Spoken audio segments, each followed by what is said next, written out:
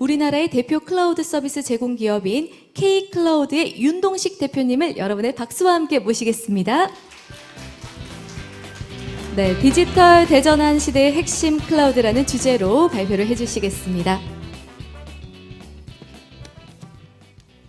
안녕하십니까. KT 클라우드를 맡고 있는 윤동식입니다.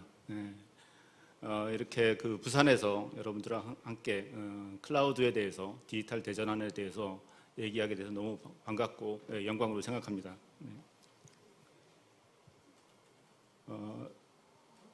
디지털 대전환 시대는 어떤 지금 막 일어나고 있는 시대고, 아마 여러분들은 대부분 다 모바일 네이티브라고 얘기하는데 좀 있으면 디지털 네이티브 세대가 되겠죠. 근데 우리나라 그 전에는 정보통신 시대가 있었습니다. 우리나라가 그 어느 나라보다 빨리 정보통신 시대를 갖다 맞이해서 초고속 인터넷을 전국으로 확장해서 초고속 인터넷이 그야말로 우리나라 산업 전반에 기반이 되는 그 역할을 갖다가 했었죠. 근데 디지털 전환 시대, 디지털 시대는 뭐가 기반이 될까요? 그게 바로 클라우드 또는 데이터 센터가 그 전체의 기반이 되고 있습니다. 데이터가 폭증하고 컴퓨팅 기술이 발전하고 디지털 신기술을 통해서 디지털 대전환을 갖다 이뤄내는 회사 또는 정부, 공공기관이 그 디지털 대전환 시대의 주역이 될 거라고 생각합니다. 디지털 기술의 패권 경쟁은 이미 시작이 되었습니다. 아마 여러분들도 거의 매일 뉴스에 나오는 글로벌 통상 시대에 그 미중의 그 기술 갈등, 이런 그 경쟁으로 인해서 전 세계가 지금 블록화돼 가고 있고, 그 기술마저도 아마 과거에는 우리가 기술을 언제든지 다른 나라 기술이라도 쓸 수 있고 언제든지 수입해서 사용하고 컴포넌트화해서 또 다른 작품을 만들어낸다고 생각을 했지만, 지금은 기술이 블록화돼 가고 있습니다. 그래서 우리나라도 디지털 대전환 시대의 핵심 기술들을 갖다가 갖춰야 된다고 생각합니다. 그 디지털 대전환의 변화의 중심은 당연히 클라우드 컴퓨팅입니다. 국경을 넘어서 여러분들 잘 아시는 모든 서비스들이 다 클라우드 기반으로 제공되고 있습니다. 국내는 네이버, 카카오 다름이 없죠. 네. 이런 서비스들이 한국에 있는 서비스들이 좀 더 발전하고 경쟁력 있고 글로벌 경쟁력을 갖추기 위해서는 한국에서의 클라우드 컴퓨팅은 더 필수라고 생각합니다. 그렇지만 국내 클라우드 시장의 현황을 잠깐 보겠습니다. 글로벌 이야기는 AWS가 한 30% 마켓쉐어를 갖다 가지고 있는 걸로 통계상 나오고요.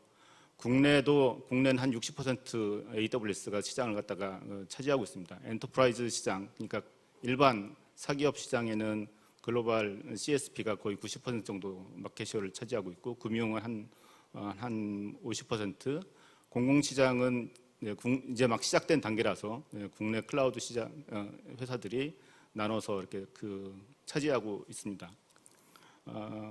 물론 저는 KT 클라우드이기 때문에 국내 클라우드 3사 중에 하나이고요.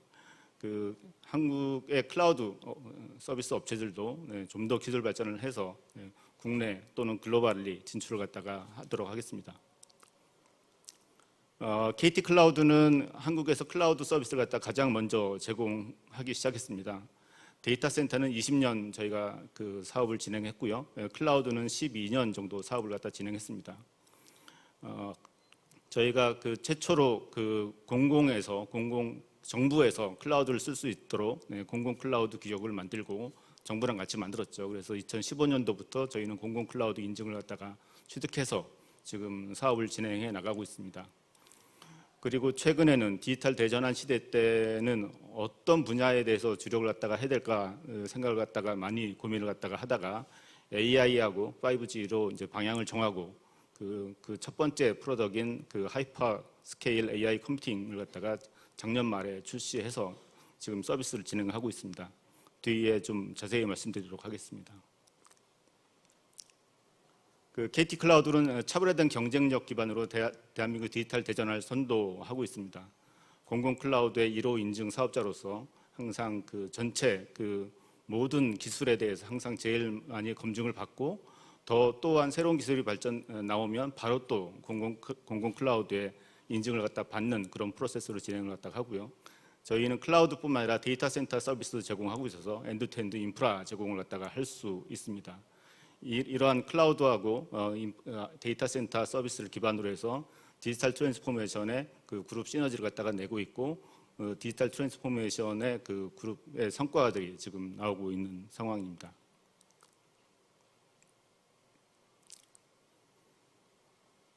저희가 그 사업을 제일 먼저 진행했었기 때문에 공공 클라우드의 선두주자로서 진행해 나가고 있고요. 공공 클라우드는 공공기관 또는 정부 지자체들이 사용할 수 있는 클라우드, 안정된 클라우드입니다. 국정원하고 같이 기사랑 같이 스펙을 만들고 행안부, 과기부가 같이 진행하고 있는 그런 인증 사업입니다.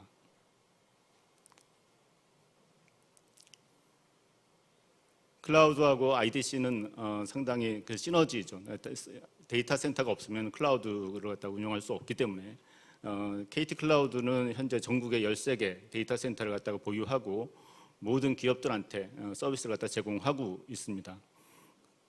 그걸 바탕으로 서로 데이터 센터 간에 그 원 네트워크, 원 IDC 네트워크를 갖다가 통해서 전국을 갖다가 하나의 네트워크로 묶어서 어느 데이터 센터에 혹시 문제가 생기더라도 즉시 복구가 가능할 수 있는 수준의 서비스를 갖다 제공하고 있습니다.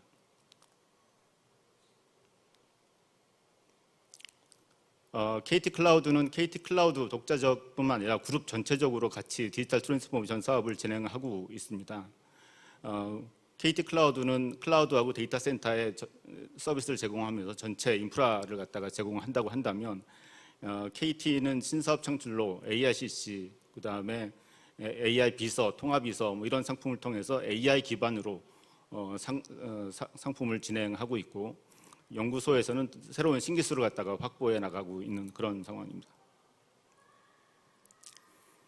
KT 클라우드는 넥스트의 비전은 두 가지로 진행하고 있습니다. 첫 번째는 AI입니다. AI야말로 클라우드 위에서 자유롭게 사용을 하고 발전을 갖다가 해야 되는데 아직은 솔직히 그렇게 진행되지 못하고 있습니다. 그다음에 5G도 모든 네트워크 컴포넌트가 이제 클라우드에 올라가는 그런 시대가 됐습니다. 지금 우리나라 같은 경우는 통신 3사가 5G 서비스를 갖다가 제공하고 있고 여러분들이 사용하고 있는 거는 그냥 휴대폰, 스마트폰의 5G일 거고 아마 매일매일 5G를 사용하면서도 이전의 LTE랑 다름이 별로 없으리라고 느끼고 계실 겁니다. 근데 5G는 포커스를 갖다가 인더스트리를 타겟팅해서 만든 스펙이기도 합니다. 근데 아직 인더스트리에서는 아직 본격적으로 5G가 아직 쓰이지 않고 있어서 아직 여러분들이 체감 못 하시는 것 같고요. AI하고 5G에 대해서 좀 말씀드리도록 하겠습니다.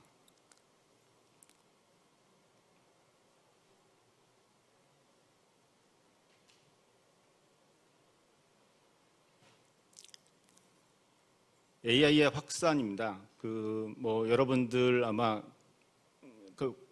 이런저런 과정에서 AI를 갖다가 접하지 못하시는 분들은 없으실 텐데 그렇다고 해서 모든 회사들이 AI 기반으로 혁신을 갖다 이뤄내고 있느냐라고 보면 솔직히 말해서 그렇지 못하고 있습니다. 왜냐하면 AI 개발자는 너무나 부족합니다. 그리고 기술 개발에 시간이 많이 걸리고 그 회사에 AI 기반으로 디지털 트랜스포메이션 한다는 거는 타겟 정하기도 좀 어렵고 어떻게 개발을 진행해야 되는지도 모르겠고 여러 가지 시간도 많이 들고 비용도 많이 드는 그런 과정을 갖다 겪어야지만 AI를 갖다가 가지고 그 회사나 정부가 혁신을 갖다가 할 수 있는 거죠. 근데 여러분들이 알고 있는 AI를 가지고 디지털 혁신을 갖다가 해서 회사가 막 잘 돌아가고 이런 회사들을 갖다가 생각을 해보시면 대부분 다 미국에 있는 빅테크 회사들입니다. 구글, 페이스북, 마이크로소프트, 애플 뭐 이렇게 되겠죠. 한국에서는 그 네이버, 카카오, KT 이렇게 될 겁니다. 근데 그런 회사들 말고 더 많은 회사들, 그다음에 정부들은 어떻게 AI 기반으로 혁신을 해나갈 거야. 그거는 AI를 갖다가 서비스로 만들어야 되지만 만들어야지만 좀 더 자유롭게 사용하고 언제든지 손쉽게 사용하고 빨리 실패하고 빨리 그 버전을 갖다가 할 수 있는 그런 환경이 되기리라 생각합니다.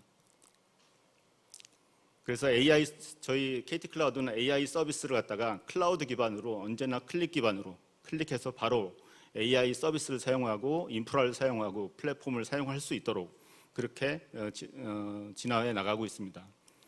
아마 AI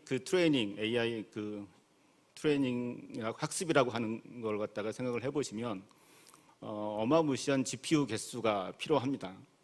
근데 GPU 엄청 비싸죠. 최근까지는 그 비트코인 채굴로 인해서 그 대부분의 그 게임용 GPU들은 다 그쪽에 팔려나가서 게임용도 확보하지 못할 정도로 GPU가, 그다음에 데이터 센터용 GPU는 상당히 고가입니다. 그래서 어느 회사든지 쉽게 GPU 서버를 갖다가 좀 수십 대 수백 대를 사가지고 AI 학습을 시킨다는 거는 아마 그 회사의 오너가 확실히 결정하기 전까지는 쉽지 않은 프로세스일 겁니다. 그리고 거기에는 또 어마무시한 데이터량을 갖다 담아야 하기 때문에 스토리지 용량도 상당히 많이 필요합니다. 그리고 그 스토리지 내용이 자꾸만 컨텐츠가 계속 변해 나가고 업데이트가 많아야 되고, 그래서 속도가 빠른 스토리지가 필요합니다. 속도 빠른 스토리지는 가격이 상당히 비싼 것도 사실입니다. 그렇게 보면 그러면 부자 회사들 아니면 AI 서비스 가지고 AI 가지고 디지털 혁신 이루기 어렵겠네라고 하는 생각이 아마 드실 겁니다. 그리고 수많은 AI에 관련된 오픈 소스 플랫폼들이 있습니다. 머신러닝 플랫폼, 그다음에 데브옵스 플랫폼, 이런 많은 플랫폼들을 갖다가 또 배워야지만 그거 가지고 또 일부 또 진행해 나갈 수도 있고, 그래서 차에서 챗봇 하나 이렇게 케이스로 개발을 할 수도 있고요. 음성 비서 개발할 수도 있는데, 챗봇, 음성 비서, 영상 인식, 영상에서의 그 오브젝트 디텍션 이런 것들은 이미 서비스로 다 나와 있습니다. 그런 거 다시 개발할 필요 없고, 그걸 플러스해서 에디셔널하게 이제 서비스를 갖다가 개발하고 그걸 기반으로 디지털 혁신을 갖다가 이루어 나가야겠죠. 그렇지만 그 AI 컴퓨팅 조금 전에도 얘기 드렸지만 2020년 한 5월쯤에 그 세계를 깜짝 놀라게 한 그 오픈 AI 컨소시엄의 GPT-3라는 사건이 있었습니다. 어마무시한 AI가 나온 거죠. 그러니까 AI가 진짜 사람처럼 근접할 수 있겠네라고 하는 생각을 가졌던 어떤 큰 사건이었습니다. GPT-3. 근데 GPT-3급의 계산을 하려면 GPU 서버가 수백 대 필요합니다. 우리나라 돈으로 한 미니멈 1,000억 정도를 갖다가 투입을 해야 서버 구축하는 데만 그렇게 들어갑니다. 그 1,000억을 갖다 투입하면은 1조를 벌어야 되는 게 회사거든요. 쉽지 않죠. 근데 거기는 이제 연구 기관이기 때문에 이렇게 진행을 했지만, GPT-3 이후에 구글, 애플, 페이스북 이런 데는 그 이상의 자원을 투입해서 AI를 갖다 혁신해 나가고 있습니다. 앞으로 이제 GPT-4 또는 그 이상이 나오면 GPT-3의 한 1,000배 정도 되는 컴퓨팅 용량이 필요하게 된다고 합니다. 다 이런 것들을 갖다가 어떻게 구축하고 진행해 나갈 수가 있겠습니까? 그래서 지금 현재까지는 GPU 서버를 갖다가 구매하는 방식이 대부분 이렇게 구매해서 회사에 설치하고 셋업하고 튜닝하고 그런 시간을 갖다가 소모해서 이제 진행해 나가는 거죠. 근데 그게 시간이 너무 리드 타임이 길기 때문에 GPU 서버를 갖다가 클라우드에서 빌리는 방법도 있습니다. 하나, 두 개, 네 개, 8개 이렇게 빌릴 수 있습니다. 8개 이상 필요하면 8개 프로비저닝을 두 개 해가지고 2번 프로비저닝 해서 이제 쓰는 거죠. 그렇게 쓰다 보면 프로비저닝 해놓고 못 쓰는 시간이 생기게 됩니다.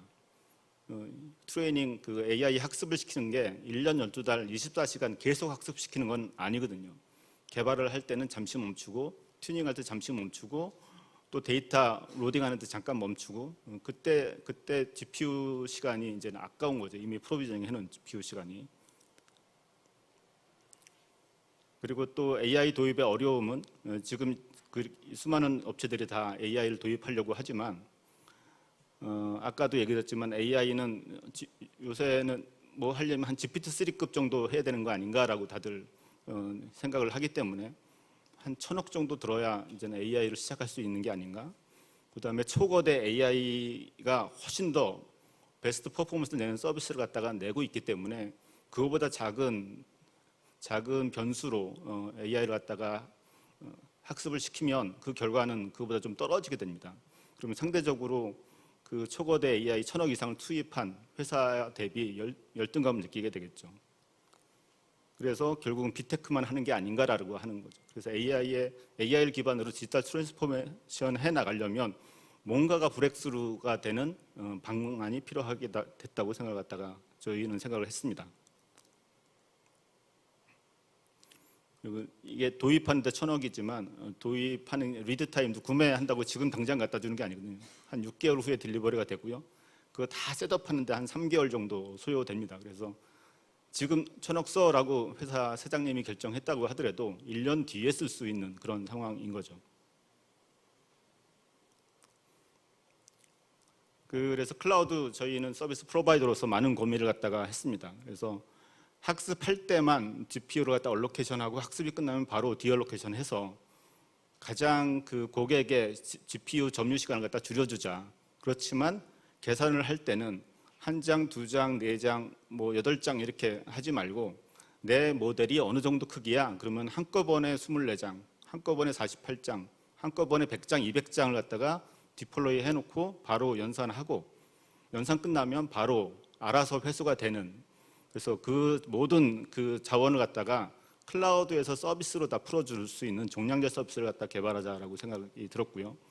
그다음에 초대규모 그 AI를 갖다가 하기 위해서 초대규모 GPU를 갖다가 우리가 먼저 확보를 해놓자라고 해서 GPU 전체 클러스터 파암을 갖다 구축을 갖다가 했습니다. 그리고 여러분들이 많이 사용하는 파이토치, 텐서플로우의 모든 기본 모델들을 이미 다 저희가 다 호환성 검토를 다 하고 그 베스트 퍼포먼스를 낼 수 있도록 그렇게 좀 진행해 나가고 있고 개발 유연성 및 연속성을 갖다 제고해 나가고 있습니다.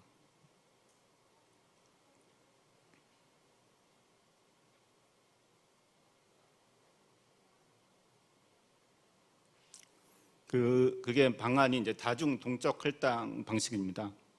모델이 대형화되게 따라서 수백에서 수천 개의 GPU를 갖다가 클러스터링 시켜야 되는데 이 GPU 서버를 갖다가 2대 이상 클러스터링 시키는 거는 그 또 하나의 또 기술이 또 필요합니다.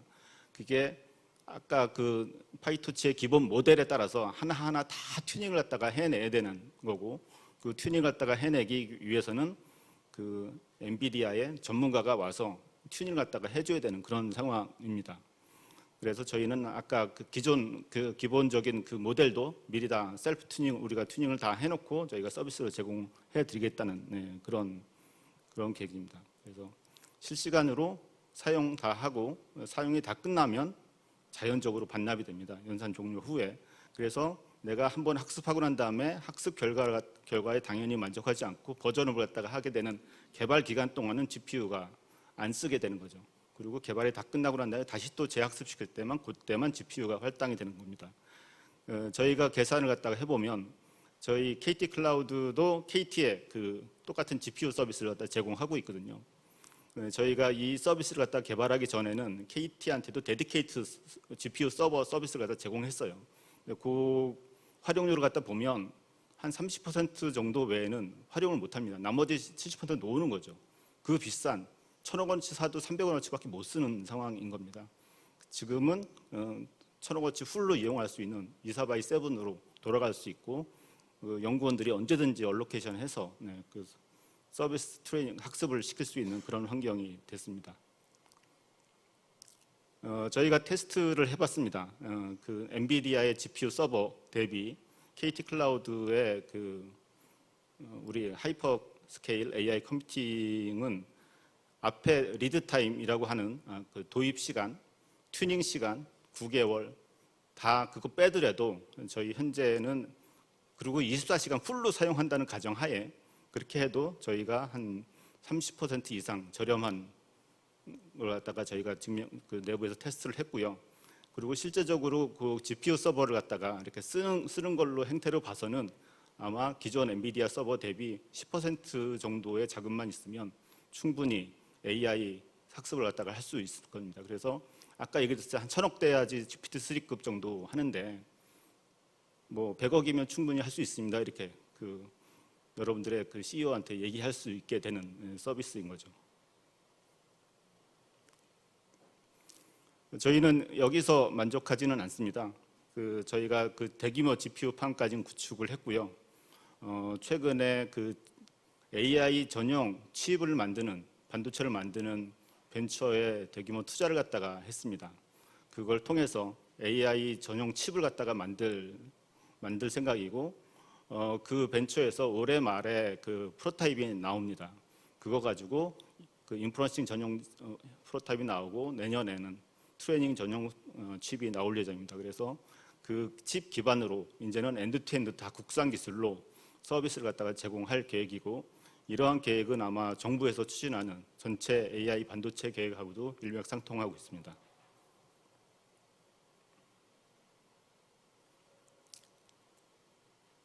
두 번째가 그 5G입니다. 아까도 얘기했지만 초고속, 초저지원, 초연결이라고 돼 있는 5G는 여러분들의 스마트폰 속에만 있습니다. 실제로는 인더스트리에서 수많은 센서에 수백만 개의 센서가 하나의 네트워크에 포함이 되고 그 센서에서 올라오는 모든 데이터가 지연 없이 바로 서버에 전달돼서 바로 연산을 통해서 AI 학습을 하는 게 5G의 꿈이었습니다. 근데 지금 현재는 그렇게 되지 못하고 있는 상황이죠.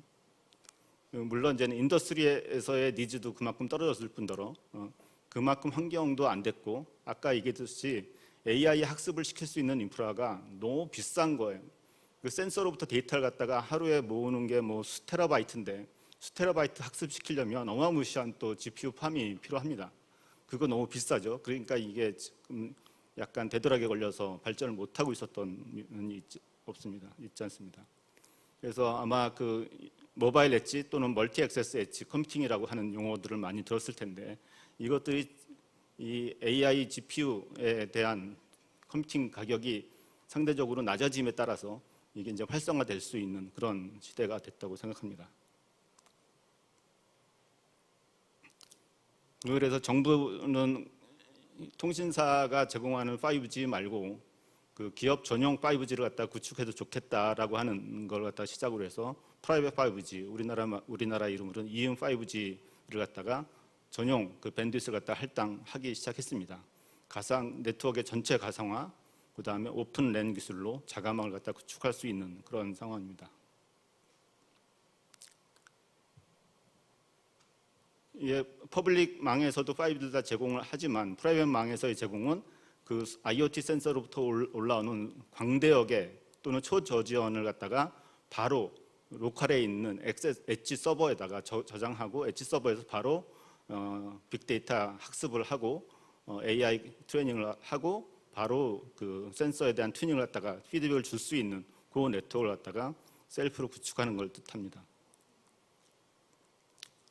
그래서 5G를 움직이는 전체 컴포넌트를 갖다 보면 5G 코어라고 합니다. UPF, AMF, SMF 이런 기술들이 이전에는 하나의 그 장치들이었습니다. 이게 지금 다 클라우드 기술로 다 가상화가 다 돼 있는 상황입니다. 그래서 저희 KT 클라우드에서는 KT의 엣지 컴퓨팅에 해당하는 거기에 5G 코어를 갖다 다 그 로케이션을 시켜놓고 언제든지 고객이 원하면 그냥 바로 클릭 한 방으로 그 5G 그 네트워크를 갖다 구축할 수 있는 그런 레디니스를 갖다가 갖추게 되었습니다. 그 대전에 그 비즈팜이라고 하는 데다 이미 상용화해서 서비스를 갖다 제공하고 있고요. 이 5G를 갖다 클라우드로 제공하겠다고 하는 업체들은 많습니다. 그렇지만 KT 클라우드는 좀 더 특별합니다.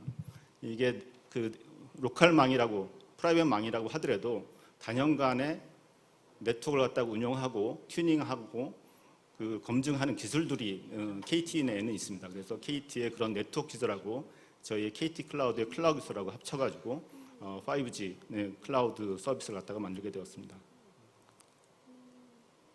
네, 그래서 저희 그 KT 클라우드는 AI하고 5G를 갖다 좀 더 주력해서 앞으로의 그 디지털 트랜스포메이션의 기반이 될 수 있도록 노력을 갖다가 할 거고요. 데이터나 통신의 주권을 갖다 계속 확보해가고 민관 협력 기반으로 생태가 확장하고 그 다음에 국내 CSP 주도로 핵심 기술력을 계속 확보해 나가고 그 반도체부터 애플리케이션까지 서비스까지 다 엔드투엔드 국내 기술로 다 진행할 수 있도록 노력을 갖다가 하도록 하겠습니다. 시간 관계로 짧게. 네, 감사합니다.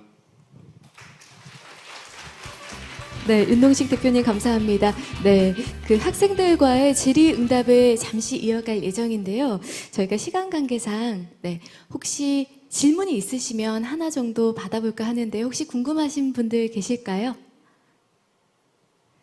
네, 대표님 오늘 강연 정말 잘 들었습니다. 전반적으로 클라우드의 시대에 있어서 정말 디지털 전환이 왜 필요한지 그리고 KT가 좀 가고 있는 방향들을 잘 알 수가 있었는데요.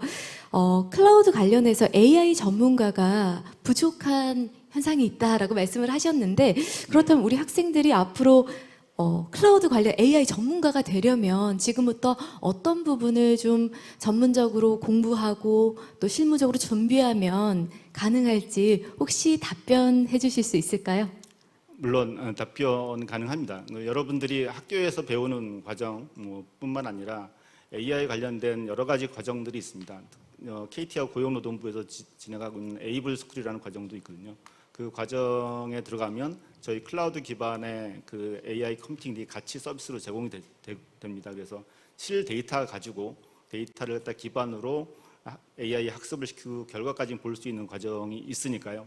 그것도 참고해 주시고 아마 여러분들이 혹시 학부를 갖다 다니고 계시면 학부에서 이렇게 그 가르치는 교과서 레슨만이라도 충분할 거라고 보고 그것만 그 정도만 익숙해지면 뭐 KT 클라우드 아니라 다른 데도 충분히 취업할 수 있을 거라고 저는 생각합니다. 네, 답변 감사드립니다. 그리고 클라우드 분야를 지금 공공 분야에서는 세계 최초로 인증도 하시고 리드하고 계신데요. 혹시 대표님만의 어떤 인사이트를 얻는 경로가 있다면 그것도 학생들에게 공유해 주시면 큰 도움이 될 것 같습니다. 제가 그 KT 클라우드를 실제 빌드하는 개발자였습니다. 13년 전에는 개발 팀장이었고요. 그때 개발을 할 때 제가 이렇게 느꼈던 거는 지금 전체 클라우드 기술의 리딩은 실리콘밸리 쪽이 당연합니다. 그래서 실리콘밸리에 있는 조그만 스타트업의 기술들이라도 하나하나 이렇게 접하면서 그런 스타트업하고 같이 논의하고 기획 열정적으로 협의하고 하면 하나하나의 진짜 기반이 되는 스타트업들이 엄청 많거든요. 그러니까 여러분들이 그런 스타트업에 조인을 못하더라도 어떤 기술들이 있는지에 대한 여러 가지 블로그들 같은 것들이 있습니다. 스타트업에 관련된. 그래서 어떤 기술들을 갖다 지금 실리콘밸리 스타트업들이 연구를 갖다 하고 있는지 그걸 좀 한번 주의 깊게 보시면 아마 평생에도 많이 도움이 되지 않을까 이렇게 생각합니다. 네, 윤동식 대표님 자세한 답변 감사드립니다. 여러분 박수 한번 보내주시기 바랍니다. 네, 기술 발전과 디지털 생태계를 주도할 핵심 기술이 바로 클라우드 컴퓨팅이라는 점 그리고 앞으로 이 기술을 우리나라